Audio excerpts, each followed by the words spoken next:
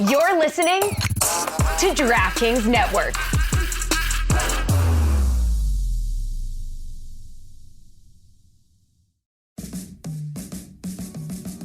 Welcome to the Big Suey, presented by DraftKings. Why are you listening to this show? The podcast that seems very similar to the other Dan Le Batard podcast. I'm sorry, I'm not going to apologize for that. In fact, the only difference seems to be this imaging. I have been tempted in restaurants just walking past tables to grab somebody's fries that if they're just there. That hasn't happened to you guys? I've done it. And now, here's the marching man to nowhere, Fat Face, and the habitual liar. Presented by DraftKings Fantasy Sports. Check out what DraftKings has to offer this season with code DAN, because life's more fun when you're in on the action. DraftKings, the crown is yours. Gambling problem? Call 1-800-GAMBLER. Age and eligibility restrictions apply. Void where prohibited. See DraftKings.com for details. We've lost Chris Cody, who has gone into the bathroom to sob because the Codys are trying to hide how much of a Homer family they are. His mother, Greg Cody's wife, has been trying to warn them all season that it's same old Dolphins. Same old Dolphins. One of the things that happened in town this week, Stugotz, I don't know at the game last night. I could not tell because the sound was not up in here. I could not tell if the reports were true from before the game that the Bills would have as many fans there as the Dolphins would. But they came down here and they wrecked Fort Lauderdale. They were ready to stay an extra week in the event that the Bills lost and they had to play again. I think they wanted to. I mean, it would have been a nice week of fun. Back-to-back home field advantages. And it would have been great fun at the Elbo Room. Can you explain to Jessica, because I don't know how much Fort Lauderdale Jessica has done. Can you explain to Jessica your thoughts about the Elbo Room? The Elbo Room. So the Elbo Room, and when I was, a bit younger, we used to call it the Elblow Room. But it's at the elbow of a bunch of bars, a strip of bars. It could be either one in the bathroom. Could be either one. Whichever way you want to go with that. But it is at the corner, the elbow of a strip of bars on Fort Lauderdale Beach. And I am telling you, when I came down here, the first time I came down to visit my roommate from college, that is what sold me on wanting to move to South Florida. The scene at the Elblow Room, okay? And then all the bars down that strip of beach. It was so fun, so fantastic, but now Buffalo is taking it over. I had no idea the Elbow Room was still doing it. Did you? I had no idea. It's dirty. At Buffalo, you can have it. I mean, it's dirty. The Elbow Room is a wonderful. The walls are sticky. Wonderfully, yes. Yeah, but that's part of its charm. I mean, at least it was back then. Put it on the poll at Le Batard Show. Is part of the charm of anything establishment that the walls are sticky? Mike, you've been on that deck, right? Overlooking the beach. It's fantastic. Well, right? What did you nickname it? The Elblow Room. Yeah, I've been there. The spot is exceptional. It's right off the beach. It's extraordinary real estate. It's been there since like Frankie Avalon was spring breaking down here. It's been there forever. I don't know. Do they still have a Howl at the Moon there? That can't still be there. What a concept. No, it was called Beach Place, right? And they had Howl at the Moon and all these other places. I'm telling you, I fell in love with it. piano joint. How are dueling pianos doing now as a business? It can't be doing well. The piano bar cannot be doing They had a big year, I'm telling you. Yeah. I mean duelingpianos.com. As fun as hearing Piano Man being played 7 times a night is. I think I've told the story before of the Elbow Room. I will tell it again here, involving a wild day of drinking with a variety of Miami Dolphins. Larry Izzo and Zach Thomas decide after a whole lot of drinking to run from the Elbow Room. They say they've got a bet, a competition. Who can get out swimming to that buoy faster? That buoy It's a classic Elbow Room game. Way out there. Who can get out there faster? And Larry Izzo jumps in and quits, and Zach Thomas is way too willful. But he's pretty exhausted by the time he gets to the buoy, and he has not accounted for the fact, because he was going to rest on the buoy, that when you get to the buoy, it's super slippery because it's covered in all sorts of crud from the sea. And now he's drowning. You laugh, but now he's drowning. Now he's exhausted and drowning. I'm also laughing. Am I reading this correctly? The Elbow Room opened in 1939? Yes. And hasn't been cleaned since. That's why the walls are sticky. We're going to celebrate. We should do a live remote. Oh, we should. We should come out of retirement to do a live remote 2039. We did do a watch party there once. The 100-year anniversary. Yes, the 100-year anniversary. We did a watch party there for week 1 of the NFL season, and Tom Brady had like 7 touchdown passes. You have me alive at 16 years. Well, I have us working and coming out of retirement to do one last show. I'm in. At the Elbo Room. I might skip that. I doubt they serve anything gluten-free there. Coke is gluten-free. You won't be hungry. I will tell you, by the way, that either a Navy SEAL or a lifeguard immediately jumped into the water and rescued Zach Thomas. That is how he didn't drown out there. But a lot of bad decisions in general have been made at the Elbo Room. Those are the only kind of decisions. You know what? You're absolutely right. Are there any other kind is the right question to ask there. I'm on a thread where someone's genuinely asking, is cocaine gluten-free? I'm glad that they're watching out for their own health. I'm like, hey, is there gluten in this cocaine? Out of curiosity, what does it say? Put it on the poll at Levitard Show. Does cocaine have gluten? Jeremy texted me and said, the Elbo Room is the scariest place in Fort Lauderdale. And that includes I-95. Depends on what it's cut with. Oh, really? What, if there's like King Arthur's flour in there? Stugotz mentioned what Jerry Jones said, and I want to get the quote exact because you don't see this very often publicly when you have power dynamics. Owners, most sports owners who aren't Jerry Jones, are vastly less public and vastly more careful with their commentary. Jerry Jones, I think, has to be considered the most vocal and available owner in sports, correct? Yes. Like, it's got to be the most vocal and accessible. He does a weekly show on local radio still. It's him, Mark Cuban, and when he was asked about the future of McCarthy, this is the direct quote. "We will see how each game goes in the playoffs," which is an announcement that Mike McCarthy, this week, you're coaching for your job. Yeah. That's not the most common of things, but it does allow us to play the carousel music. It's you would agree that it's not the most common of things. For right? the owner of a team that's a 2C that just won the NFC East, no, that's not common. But it's Mike McCarthy, and it's Jerry Jones, and Jerry's impatient, and Jerry wants to win a Super Bowl without Jimmy Johnson before he passes away, and so he'll do whatever he has to do, Dan. The other thing is there are 2 coaches lurking just out there, Belichick, Jim Harbaugh.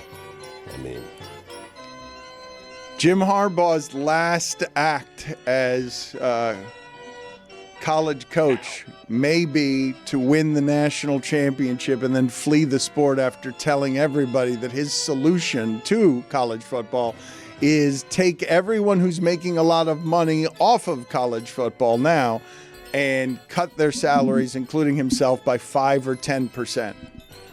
You can't do this without grabbing onto the microphone. Stugotz, your abs don't work. well, there's a poll, you know. It's theater of the mind. Yeah.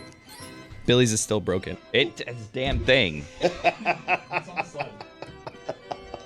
You guys have a lot of examples of owners or just people in power doing this aggressively to their coach, because I would say that even as an NFL coach who understands that his weekly pressures are obvious to everybody and that he's judged game by game and a lot of things go into those games and he's judged by the results of those games, it feels like that's unnecessary from Jerry Jones to do. It seems like that can be so without Jerry Jones having to remind everybody, I'm in power, I'm watching, and if this man doesn't succeed in the next game, I will have my fall guy, even though I'm the one who constructed everything. I feel like Steinbrenner did a bit of that when he owned the Yankees, right? They did a lot of that, yeah, yes. With Billy Martin. But he was all. How would you like to work for that? Is I guess what I'm asking you. How would you? It seems like this is why Jerry and Jimmy had the problems that they did. Like Jerry wanted to be this, and Jimmy wasn't going to be emasculated like this all the time.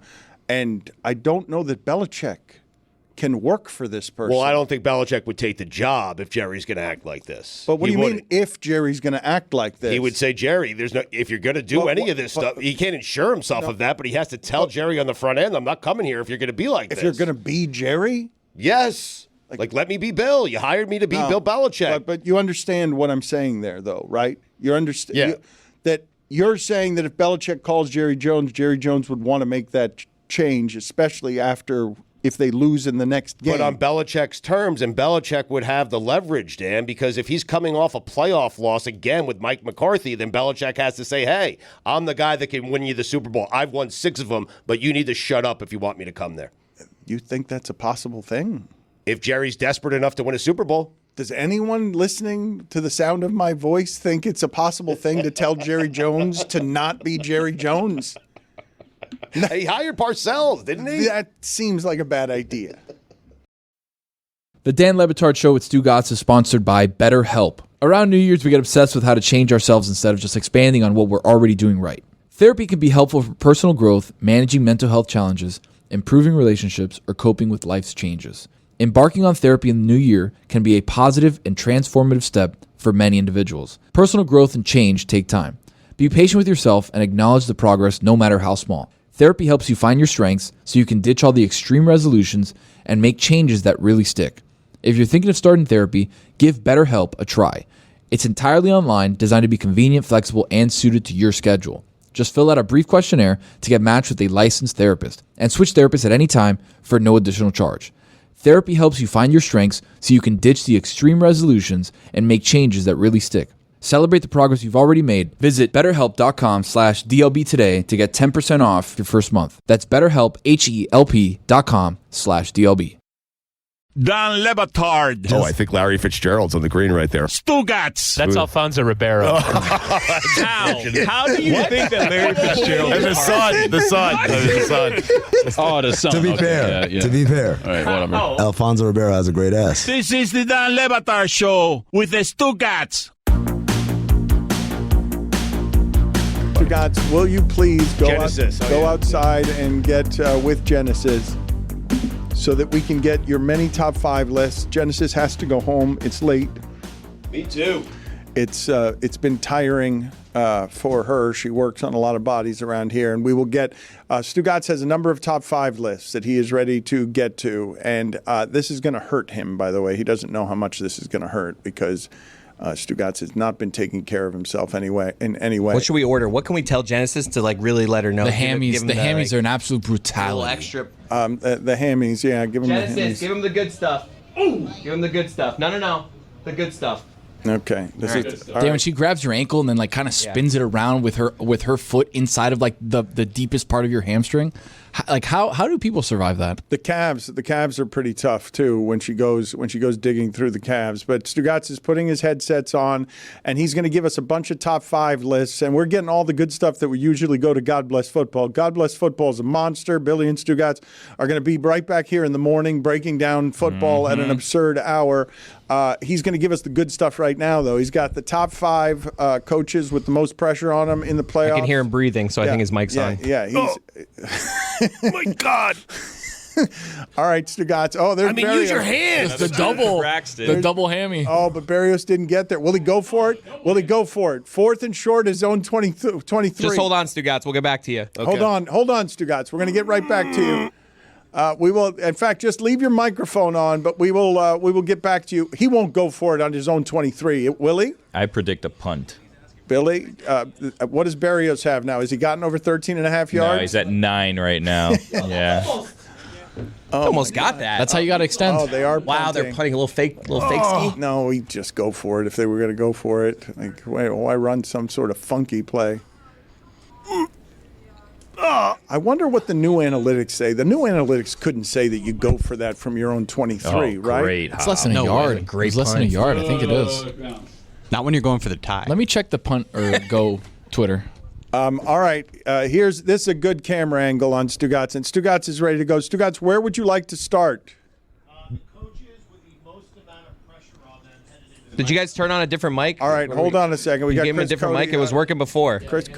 We will go You back. gotta tell me when you switch. You mics. got me? There we go. All right. Excellent work, as always. Jesus! By everyone involved. You would think some of this stuff would be easier.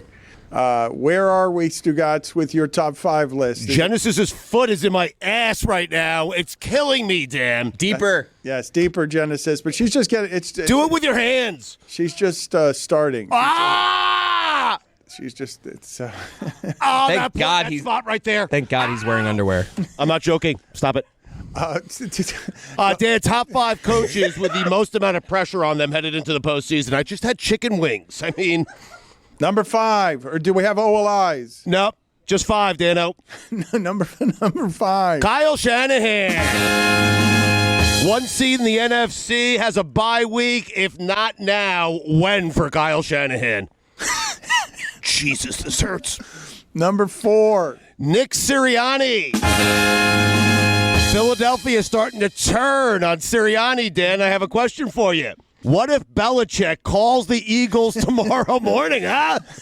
What do you do? Number 3. Number 3 is Mike McDaniel. A lot of pressure, Dan. Now, got to win a playoff game. Been one of the best teams in the league the entire year. You have to finish it off with at least one playoff win.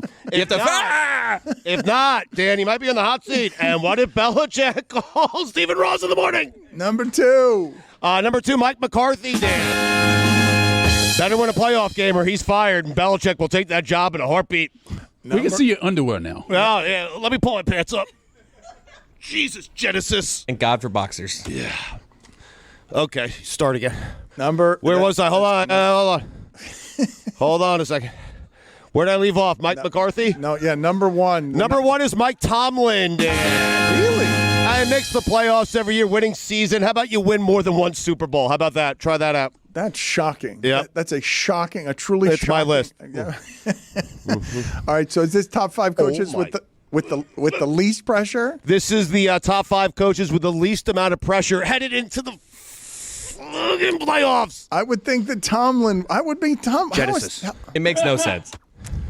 How is Tomlin Genesis number 1 on that list? Genesis is number 5? No. My underwear showing again. All right, I got it, Dan. I'm ready. Number 5. Sean McVay. No pressure. Already said he's coming back. I mean, ow. Stop. Number. Just lighter. Number 4. Oh, that's so good right there. Right there. Perfect. That looks. amount of pressure. Please stop talking like That that. is so good. That is the good stuff. Right? The angle is insane right now. I don't even know who number 4 is. Kevin Stefanski. She gets in there. No, that spot right there is magical. You got to Stop be it, careful. Genesis. I swear to you. Genesis. I'm not going to tip you. And there's a good spot. Genesis. There's a good Dan's spot paying. there. There's a good spot there. You've Dan's never not gonna tipped tip you. her. You've never tipped her. You're right. Is that The last time Genesis worked on me, which is why, and I'm not saying Genesis did this, by no means. But, Dan, that's the time I had thousands of dollars in my pocket and I lost them. Remember? I had a good gambling weekend. And I'm not saying Genesis. No, she didn't. She actually helped me look for it. So who took it? Juju? No, I did not say that. Let's stop with that game. I did not say that. Anyway, Kevin Stefanski. Number 3. Mike Tomlin. I don't understand how he can be on both of these lists. It doesn't make any sense. Number 2. Did you forget that you put Mike Tomlin on both lists? Number 2. I did not. I'm trying to think who number 2 is. I can't really read my own handwriting here. Genesis! Ah! Oh! I can't remember number 2. It says Ryan here, but I'm not sure. There is no Ryan. Who is this person? Oh, D'Amico Ryans. Yes. No pressure. Rookie quarterback made it to the playoffs. Dan, if the season stops this weekend, it's been a great season for them. No pressure on D'Amico Ryans. Number 1. Todd Bowles. No one cares about the Bucs. No one cares about Todd Bowles. He's just happy to be there. It's true. It's everything he just said is true. Thank you. Look at this centaur running down the field. What happened? I mean, he just Josh Allen. He's hard to tackle. I'm not feeling good about him getting sacked today.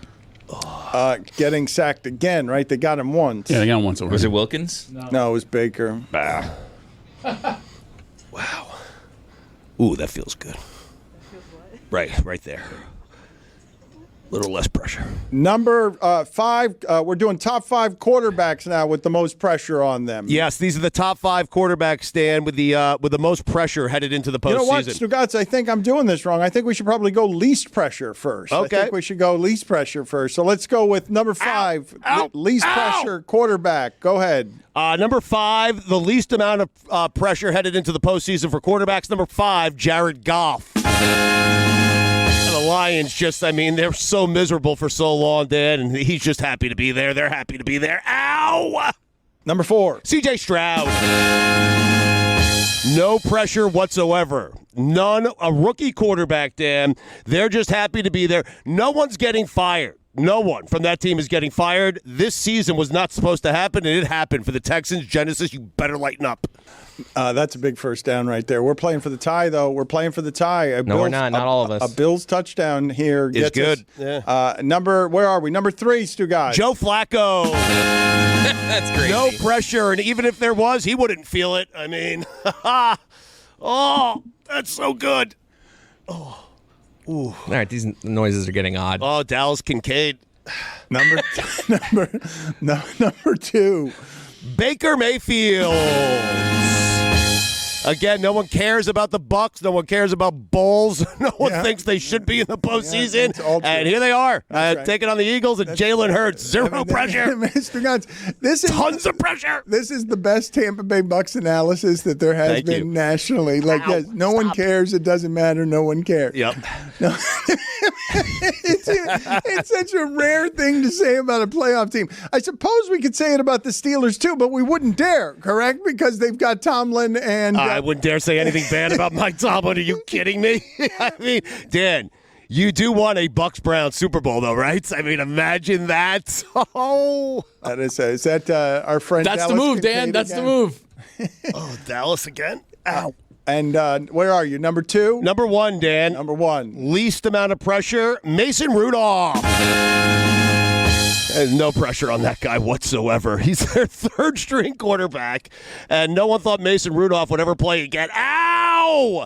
We might have a Rudolph-Myles Garrett situation. Wow, there are so many great matchups potentially in the postseason here. Anyway, you remember that whole deal with Rudolph and Myles Garrett, right, Dan? Thank you, I didn't want to talk about it then. I don't want to talk about it now. Whatever happened to that? I don't know. Cannonball! Ow, ow, ow. You know that's the spot, right? You know that, right? You know that's why you keep going to it? Is that why you keep going to it, Genesis? Okay. I love you, by the way. Big tip. Number 5 quarterbacks with the most pressure on them. Number 5. The most pressure. Sorry, my bad. Okay. Top 5 quarterbacks with the most amount of pressure. You just said that, Dan. Steve Martin. Number 5, Patrick Mahomes. Really? Do it on the road. I mean, first do it at home and then go on the road and win a couple. How about that? Really? Yep. Dan, listen, sometimes teams go in. Brady, he's done it. Rodgers, he's done it. You know, Rodgers went in as a wild card, 9-7, 3 road games, wins a Super Bowl. Sometimes, if you're one of the all-time greats, you want to be considered the all-time great, you'll take a team that's a little bit off, not as good as it used to be, and you'll put them on your back, and you'll go win a couple of road games, make it to a Super Bowl. How about that? Number 4. Deshaun Watson. Really? Oh, the pressure. He is so rooting against Joe Flacco and Baker Mayfield. The pressure is enormous on Deshaun Watson, who will not play a snap in the postseason. Right. He's so right. If Joe Flacco can do it and he hasn't done it in a year and a half, pressure. Thank you, Tony. Number 3. Brock Purdy, blah, blah, blah. My bad. Do it in the postseason. Seriously, I'm tired of him. Ow. Ow! That's the spot. Yes, that's it right there. Yes, that's so close to being the other spot. Yes, it's number. Wait, hold on. Oh, whoa! His breathing, his breathing is very close. Yeah, sensual and Oh, whoa! Sorry, disturbingly sensual. Sorry for that. This is. What are you doing? That was your happy spot right there. It's not happy. There's nothing happy about it. It's unhappy. Anyway, number 2. Yep. Dak Prescott. Got to win, Dan. He's got to win. He does. I mean, listen, Dak Prescott, if he does not win a game here, I'm not certain he'll be the Cowboys quarterback next year. In fact, that's BS because he will, because they paid him $270-some-odd million or whatever the hell they paid him. But Mike McCarthy will be out. And what did Bill Belichick calls? Number 1. Lamar Jackson. Really? He has the most amount of pressure of any quarterback in the NFL heading into the postseason by far. If you want to be considered elite, and trust me, I'm saying this because I like Lamar. Lamar, when we discuss elite quarterbacks on this show, I want to discuss you. I want you to be in that conversation. But I'll tell you what, no one is in the conversation that doesn't have a ring, and that includes you. 1 seed, bye week, 2 home games, get to a Super Bowl. Show me that you're elite. The play that was Genesis that just happened. Thank you, Stugotz. Big 3rd and long right here. This is a big 3rd and long. Thank you, Genesis. You can stop now. No, Need a touchdown. We do need a touchdown For the tie. Hit his ass. Let's go! Did Wilkins just take the It ball? looks like he lost the ball, too. Wilkins just took the ball. I need a belt. Wilkins just got it. Man, this is a Josh Allen game. Let's go! He's having one of Guys, those Josh Allen games. We just hit. Was that? Wait, who was that? That was a sack. It was Wilkins. That's over the quarter sack that he needs for the game. That's going to be a big prize. He got 4 quarters on that sack. Don Le Batard. Let's go to 80. His Bo. name is Bo. Wow. I think Billy typed an 8 instead of a B. Fine. It's a clear as day. All right, $2. Stugotz. Number 80. It's Chris Corner on the line. CC, go ahead. This is the Don Le Batard Show with the Stugotz.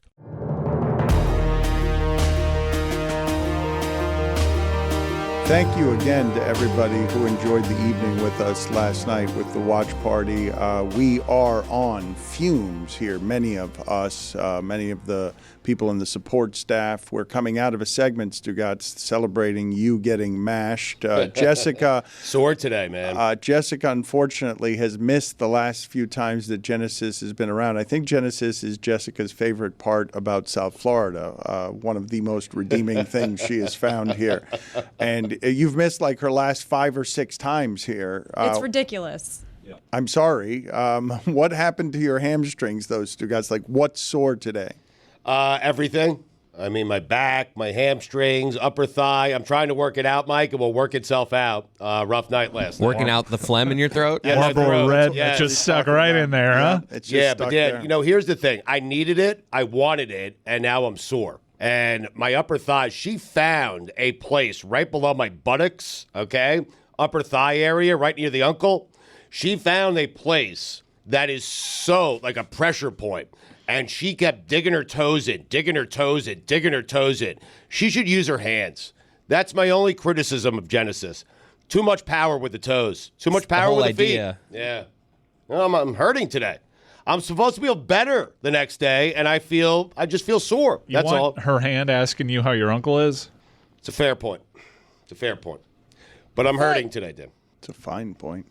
Can you get for me, please, the sound of Jameis Winston explaining, if you did not see the end of this game, it's the magical stuff of Arthur Smith is running off the field, and he knows his career is over with the Atlanta Falcons, and he knows he has a ridiculous mustache. And he is furious as he leaves the field because they are losing to the Saints by, I think it was 48-17 is how they lost. I feel like his job was safe if it was 41-17. Clearly he did too.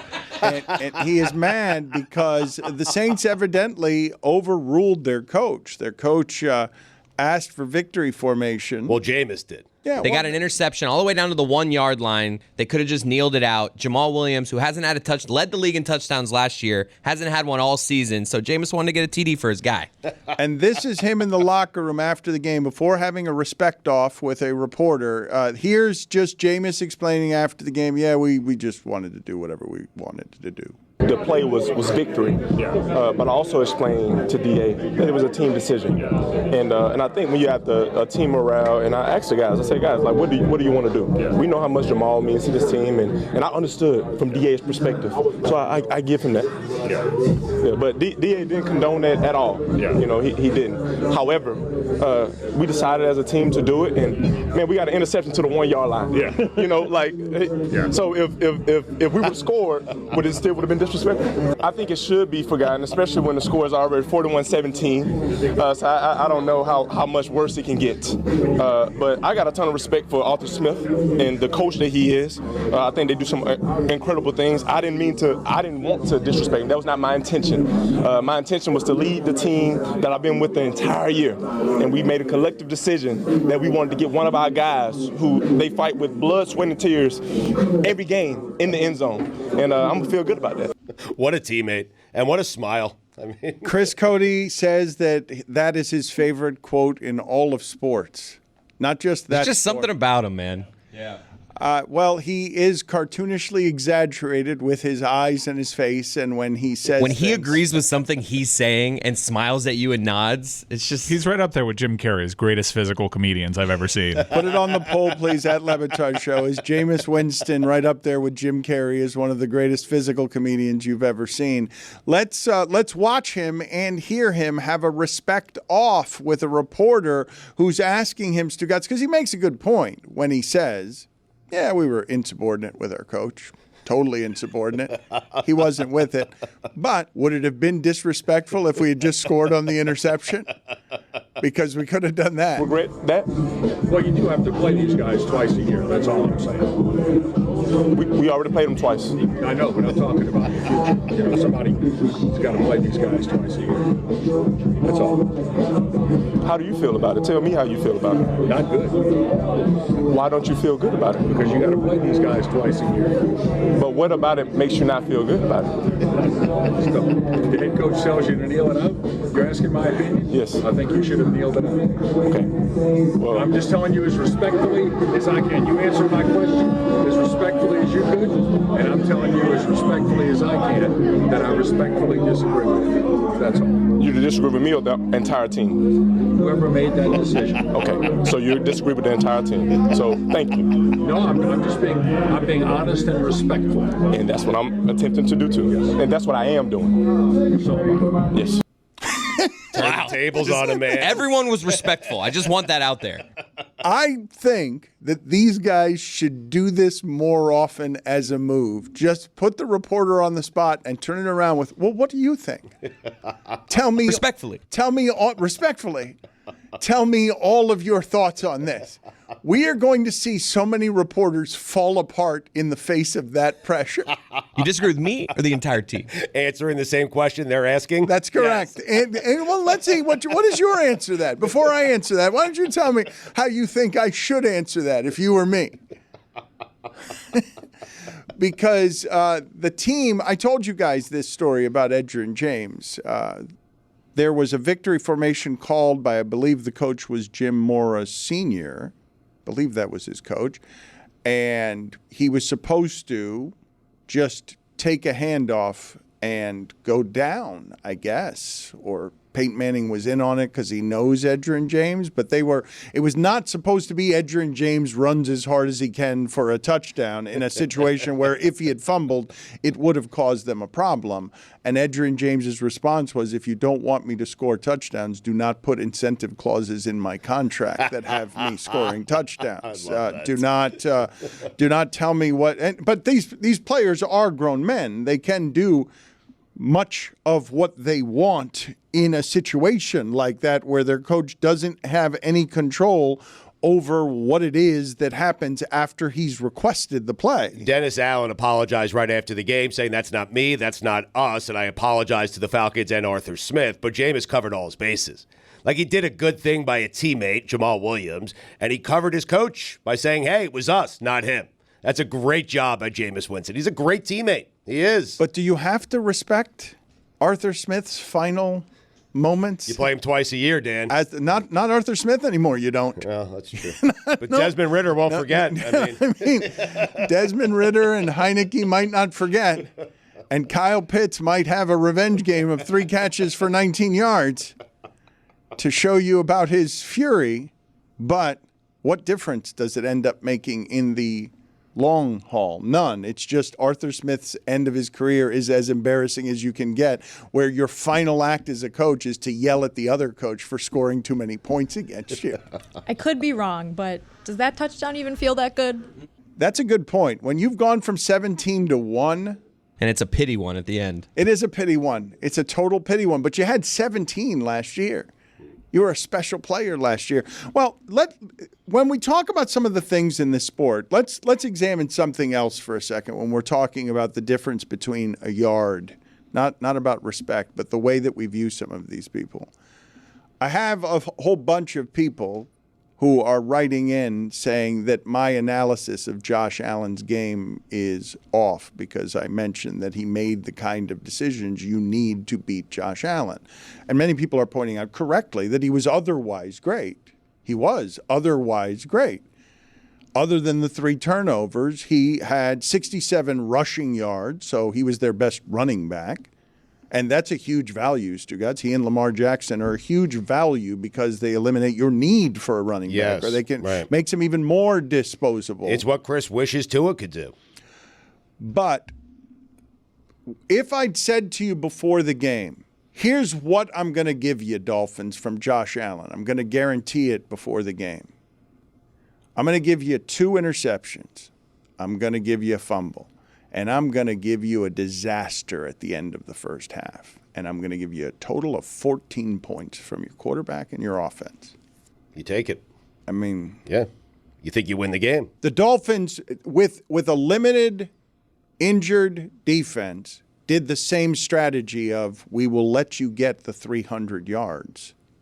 We will wait for you to make the mistakes. And he made the mistakes. Stugotz, do you know what we'd be talking about today? If they'd lost that game, and it had been all the same stuff, 3 turnovers and that end of the first half that's now forgotten. Belichick to the Bills? The end of the first half is now forgotten. Yesterday could have been a disaster for the Bills that ended that way. If the other games before them hadn't gone that way and then they lose with 3 turnovers from their quarterback and go into the offseason when we know they're one of the best teams. We know they're one of the teams that nobody wants to face. We know they're one of the teams that can absolutely win the Super Bowl. They're good enough to beat anybody they're playing. Now they're the 2 seed. I mean... We'd probably be predicting them to beat the Chiefs. We'd feel better about them than we do about the Dolphins 100%, going there. Yeah.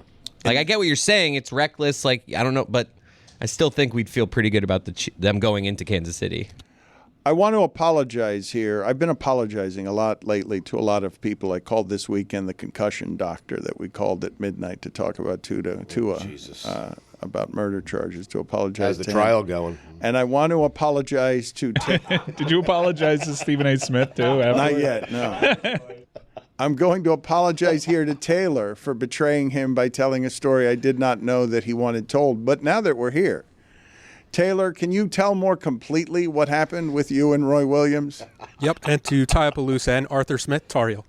But I'm texting a friend about candidates that I want for Roy Williams as his replacement. You got this, man. Stay strong. You know, he's getting up there in age. The team wasn't I like doing how that you forgot good. that there was an S at the end, but then you quickly remembered. They fell out of the tournament, losing in the first round.